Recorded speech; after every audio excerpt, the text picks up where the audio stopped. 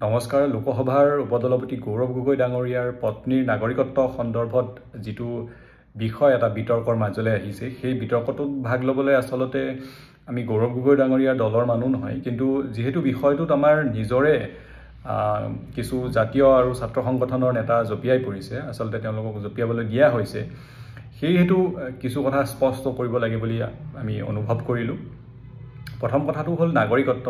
নাগৰিকত্বৰ ব্যৱস্থাটো ভাৰতবৰ্ষত এনেধৰণে আছে যে বলিউডৰ বিখ্যাত অভিনেতা যিগৰাকী অভিনেতা ভাৰতৰ প্ৰধানমন্ত্ৰী নৰেন্দ্ৰ মোদী ডাঙৰীয়াৰ বন্ধু হিচাপে খ্যাত অক্ষয় কুমাৰ, সেই অক্ষয় কুমাৰ ডাঙৰীয়াই 2023 চনৰ 15 আগষ্টতহে ভাৰতৰ নাগৰিকত্ব লৈছিল। হয়, সেই অক্ষয় কুমাৰে 2023 চনৰ 15 আগষ্টৰ আগলৈকে তেওঁ কানাডাৰ চিটিজেন আছিলে, অৰ্থাৎ তেওঁ কানাডাৰ পাছপোৰ্ট হোল্ড কৰি আছিলে।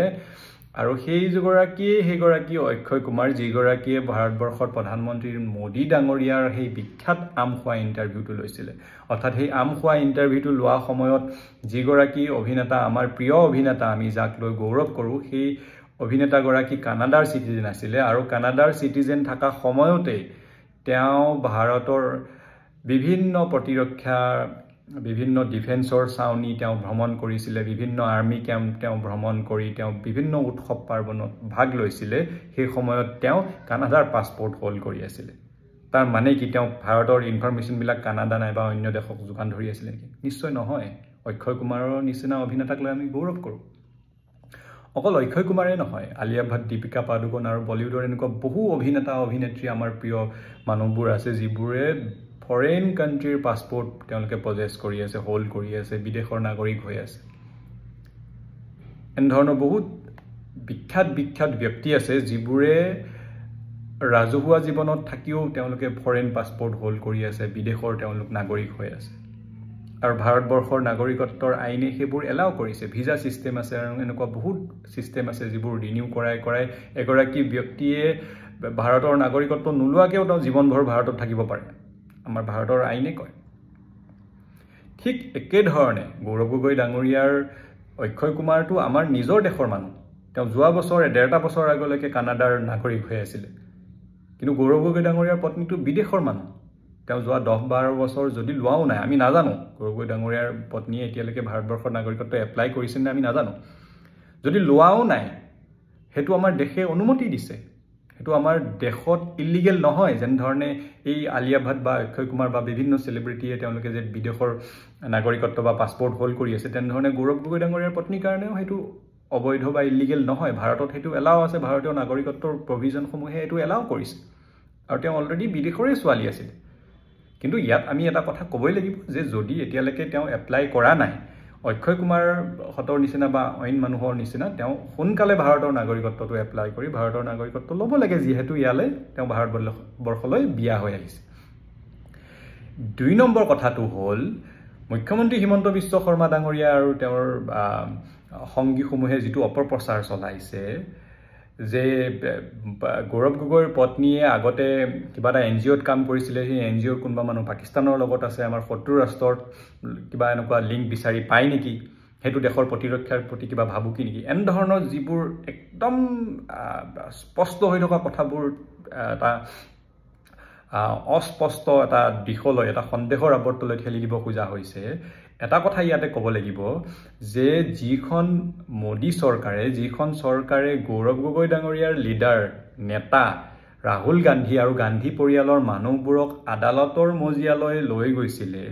যিখন চৰকাৰে গান্ধী পৰিয়ালৰ সদস্যবোৰক ইডিৰ দ্বাৰা জেৰা কৰোৱাইছে, আমি ভাবিব পাৰোঁ নেকি সেইখন চৰকাৰৰ দিনত গৌৰৱ গগৈৰ পত্নীৰ যদি অতীতত কিবা NGOৰ এনেধৰণৰ শত্ৰু ৰাষ্ট্ৰৰ লগত কাৰোবাৰ লগত তেওঁলোকৰ সম্পৰ্ক আছিল, সেইবোৰ নুলিওৱাকৈ থাকিব? যদি প্ৰতিৰক্ষা বা এনেধৰণৰ আমাৰ দেশৰ প্ৰতি কিবা ভাবুকি আহিবলগীয়া ধৰণৰ কথা থাকে, আমি ভাবোঁ নেকি যে ভাৰতবৰ্ষৰ মেকানিজিম বা ভাৰতবৰ্ষৰ গৃহ মন্ত্ৰালয়, প্ৰতিৰক্ষা মন্ত্ৰালয় ইমান দুৰ্বল, ভাৰতৰ আৰু আন এজেঞ্চি ইমান দুৰ্বল বুলি আমি ভাবোঁ নেকি যে এনেধৰণৰ কিবা যদি ঘটনা বা এনেধৰণৰ কিবা লিংক থকাৰ অৱকাশ থাকে সেইবোৰ বিচাৰি নুলিয়াব বা অলপো যদি তাত ইলিগেল অনিয়ম বা তেনেধৰণৰ সুৰক্ষাজনিত কিবা কথা বতৰা পায় তাত একশ্যন নোলোৱাকৈ থাকিব? নিশ্চয় নোৱাৰোঁ ভাবিব। কাৰণ আমাৰ ভাৰতবৰ্ষৰ প্ৰতিৰক্ষা ব্যৱস্থা বা ভাৰতবৰ্ষৰ আমাৰ ছিষ্টেমটো এইখিনি কেপাবল হয়, এইখিনি আমাৰ সমৰ্থ আমি এইখিনিলৈকে হয় যে আমি এনে ধৰণৰ কিবা যদি 0.001% কিবা যদি এনে ধৰণৰ অৱকাশ থাকে সেইবোৰ বিচাৰি উলিয়াই সেইবোৰ আইনমতে ব্যৱস্থা ল'বলৈ আমি সক্ষম হয় কিন্তু সেইবোৰতো দেশৰ আইন ব্যৱস্থা বা সেইবোৰ গৃহ মন্ত্ৰালয় বা প্ৰতিৰক্ষা মন্ত্ৰালয়ে কৰা নাই কিন্তু তাকে নকৰি সম্পূৰ্ণ এটা স্পষ্ট হৈ থকা নাগৰিকত্বৰ কথা বতৰাবোৰ স্পষ্ট হৈ থকা বিষয় এটা আচৰিত ধৰণৰ বস্তু হিচাপে দেখুৱাই ৰাইজৰ মাজলৈ ঠেলি দিয়া হৈছে আৰু এইটো একমাত্ৰ এই কাৰণেই হৈছে যে হিমন্ত বিশ্ব শৰ্মা ডাঙৰীয়াই তৰুণ গগৈ ডাঙৰীয়াৰ দিনত ধন সম্পত্তি ৰাজনৈতিক ক্ষমতাৰে বলিয়ান হৈ সেই তৰুণ গগৈকে যিটো প্ৰতাৰণা আৰু বিশ্বাসঘাতকতা কৰিলে সেই প্ৰতাৰণা আৰু বিশ্বাসঘাতকতাৰ ফল অসমৰ ৰাইজে এবাৰ হিমন্ত বিশ্ব শৰ্মা ডাঙৰীয়াক দিব বুলি হিমন্ত বিশ্ব শৰ্মা ডাঙৰীয়াই উমান পাইছে আৰু সেই উমান পাই গৌৰৱ গগৈ ডাঙৰীয়াৰ প্ৰতিচ্ছবি তেওঁ মেলাইন কৰিবলৈ এনে ধৰণৰ অপপ্ৰচাৰত লিপ্ত হৈছে বুলি ৰাইজে ইতিমধ্যে বুজি উঠিছে বাৰু আমি এইখিনিলৈকেও মানিব পাৰোঁ যে ৰাজনৈতিক ব্যক্তিৰ লগত কিবা তেওঁ ৰাজনৈতিক প্ৰতিযোগিতাৰ কাৰণে কিবা এটা কথা উলিয়াই দিছে প্ৰপাগাণ্ডা এটা উলিয়াই দিছে তেওঁলোকৰ নিজৰ নিউজ চেনেল আছে বা বিভিন্ন তেওঁলোকৰ মেকানিজম আছে তেওঁলোকে পাৰে কথা এটা ৰাজনৈতিক মানুহৰ বিষয়ে কিবা এটা অপপ্ৰচাৰ চলাইছে ৰাইজে সেইটো বুজিছে কিন্তু ইয়াত আটাইতকৈ ডাঙৰ প্ৰশ্নটো এইটোৱেই ইয়াত আমাৰ জাতীয় সংগঠন আৰু ছাত্ৰ সংগঠনৰ নেতাবোৰৰ কি হৈছে তেওঁলোকেও যে সকলো জানি বুজি এই বিষয়টোত জপিয়াইছে কিয় তেতিয়া তেওঁলোক কত যায় যেতিয়া হিমন্ত বিশ্ব শৰ্মা ডাঙৰীয়াৰ পত্নীৰ মাটি কেলেংকাৰী কথা ওলায় তেওঁলোকৰ মুখত ডাম্প টেপ লগোৱা থাকে নেকি হিমন্ত বিশ্ব শৰ্মা ডাঙৰীয়াৰ পত্নীৰ মাটি কেলেংকাৰী বা আন অবাধ সম্পত্তিৰ যিবোৰ তেওঁ অধিকাৰী হৈছে সেইবোৰৰ বিৰুদ্ধে উত্থাপিত হৈ থকা অভিযোগবোৰৰ সম্পৰ্কে স্থিতি স্পষ্ট কৰিবলৈ মুখ্যমন্ত্ৰী ডাঙৰীয়াক আহ্বান জনাবলৈ এইসকল আমাৰ নিজৰে জাতীয় সংগঠন আৰু ছাত্ৰ সংগঠনৰ নেতাৰ সাহস হ'বনে মাত মাতিবলৈতো বহু বিষয় আছে আমাৰতো অনবৰতে এইটো কথাই সুধি থাকিব লাগে যে বিদেশী কেতিয়া বিতৰণ কৰিব অসমৰ পৰা মাত মাতিবলৈ নিবনুৱা সমস্যা আছে স্বাস্থ্য খণ্ডৰ সমস্যা আছে শিক্ষা খণ্ডৰ সমস্যা আছে কয়লা খনিৰ অবৈধ খননৰ সমস্যা আছে হাজাৰ কোটি টকাৰ সিন্ডিকেটৰ সমস্যা আছে বহিৰাগত বনিয়াক অসমৰ মাটি গোটাই দিয়াৰ সমস্যা আছে এবুৰি সমস্যাৰে আমাৰ অসমখন ভাৰাক্ৰান্ত জাতীয় সমস্যা আছে সেইবোৰত মাত মাতিব লাগে বিঘা মাটি যে এতিয়াও উন্মুক্ত হৈ আছে বাংলাদেশৰ সীমান্তত ফেন্সিং হোৱা নাই সেইবোৰৰ কথাত মাত মাতিব লাগে এই সংগঠনসমূহৰ জাতীয় সংগঠনসমূহক ছাত্ৰ সংগঠনসমূহৰ নেতৃত্বৰ পজিশনত নেতৃত্বৰ আসনত অসমৰ ৰাইজে বহু আশা কৰি বহুৱায় কিন্তু সেইবোৰৰ স্থান পোৱাৰ পিছত যদি নিজৰ ক্ষমতাৰ অপব্যৱহাৰ কৰি তেওঁলোকে শাসকীয় পক্ষৰ ষড়যন্ত্ৰত ভৰি দিয়ে এনে ধৰণৰ কথা বতৰাবোৰ জপিয়াই পৰে নিজৰ জাতীয় দায়িত্ব নিজৰ যিবোৰ দায়িত্বত তেওঁলোক আছে সেইবোৰৰ কাৰণে চৰকাৰক প্ৰশ্ন কৰি নাথাকি তেওঁলোকে বিভ্ৰান্তিকৰ আৰু প্ৰপাগাণ্ডাত ভৰি দি যেতিয়া ৰাজনৈতিক বিষয়বোৰত জপিয়াই পৰে তেনেহলে অসমৰ মানুহৰ বুজিবলৈ বাকি নাথাকে অসমৰ মানুহ জ্ঞান বুদ্ধি আৰু বিবেকেৰে পৰিপুষ্ট মানুহ হিমন্ত বিশ্ব শৰ্মা ডাঙৰীয়াই তেওঁৰ চকী যোৱাৰ ভয়ত গৌৰৱ গগৈৰ প্ৰতি তেওঁ যে সংকিত হৈছে গৌৰৱ গগৈৰ ৰাজনৈতিক উত্থান দেখি তেওঁ যে 2026 চনত হাৰিব বুলি উমান পাই গৌৰৱ গগৈক ৰুধিবলৈ তেওঁ অপপ্ৰচাৰ কৰিছে সেইটো ৰাইজে বুজি উঠিছে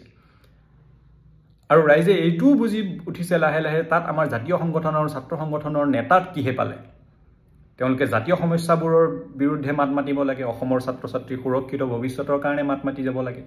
অসমত হৈ থকা কেলেংকাৰীবোৰৰ কাৰণে মাত মাতিব লাগে মই আগতে কৈ যোৱাৰ নিচিনা বহিৰাগত বনিয়াক মাটি গোটাই দিয়াৰ বিৰুদ্ধে মাত মাতিব লাগে হাজাৰ কোটি টকাৰ চলি থকা সিন্ডিকেটৰ বিৰুদ্ধে মাত মাতিব লাগে আৰু তেওঁলোকে স্থিতি স্পষ্ট কৰিবলৈ আহ্বান জনাব লাগে মুখ্যমন্ত্ৰী ডাঙৰীয়াক যে তেওঁ স্থিতি স্পষ্ট কৰক তেওঁৰ পত্নীৰ বিৰুদ্ধে যে মাটি কেলেংকাৰী অভিযোগবোৰ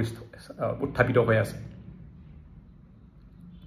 জাতীয় সংগঠনৰ নেতাৰ জাতীয় দায়িত্বহে থাকে গতিকে সকলোবোৰ কথা ৰাইজে চাই আছে মই আহ্বান জনাইছো আমাৰ নিজৰ জাতীয় সংগঠনৰ ছাত্ৰ সংগঠনৰ নেতাই যাতে ৰাজনৈতিক পাখা খেলত ৰাজনৈতিক ষড়যন্ত্ৰত ভৰি নিদিয়ে